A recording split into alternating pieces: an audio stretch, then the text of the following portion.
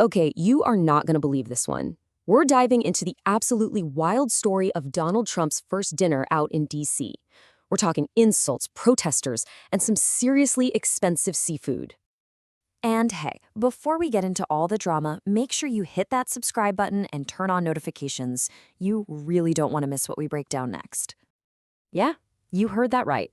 That was literally chanted at Donald Trump while he was just trying to eat a steak. And that one moment, it set the internet completely on fire. So the big question is, how on earth did a simple meal at a seafood place turn into, well, that? Let's get into it and break down exactly what went down. Okay, first thing you have to know, this dinner wasn't just some random night out. Nope. This was a direct response to Trump getting called out for never, ever eating out in his own city. It all started right in the Oval Office. A reporter, Andrew Feinberg, basically called him out, saying he only ever eats at his own hotel when he's in D.C.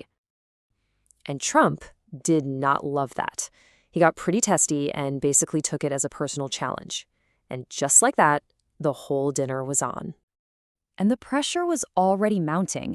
You had the famous chef Jose Andres also blasting Trump on social media for the exact same thing, saying it was a flat-out lie that the city was too dangerous to eat in. So, Trump decided, all right, I'll prove them all wrong. He got his crew together. We're talking Senators J.D. Vance and Marco Rubio, Pete Hegseth from Fox News, and they all rolled up to Joe's Seafood right by the White House. And this, right here, is where the story just splits into two completely separate realities. Seriously, depending on who you talk to, the night was either this amazing success or a complete and total disaster. So let's look at the two versions side by side.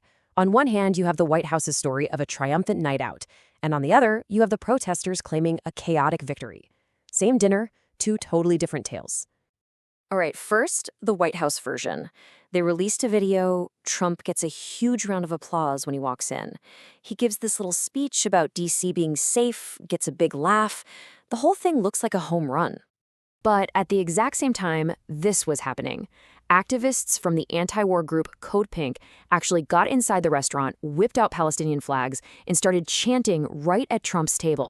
So in one corner, you've got this picture of a super popular president getting a hero's welcome. Looks like a total PR victory.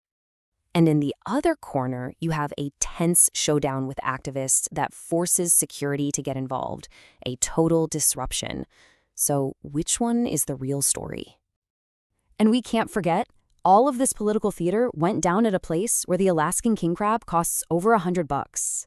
I mean, talk about an expensive night of drama. But of course, the fight didn't end when the check was paid. Oh no. It immediately spilled over onto social media, where both sides battled to control what everyone thought had happened. The White House went straight on the attack, tagging the reporter who started the whole thing and basically taking a victory lap, a classic social media clapback. But Code Pink fired right back with their own video. They claimed they got their message across loud and clear and promised that Trump would never be able to eat out in peace again. So what do you do when you have two completely opposite stories about the exact same events? Well, it kind of shows you everything you need to know about how divided things are right now. So was this a brilliant PR win for Trump, where he proved his point and connected with his supporters? Or was it a total fail, showing that the political divide is so bad that a president can't even get through dinner without a protest? So what do you think? PR win or PR fail? Let me know your take down in the comments. I really want to know what you think the real story is. And as always, if you enjoyed this, please hit that like button and subscribe for more. Thanks for watching.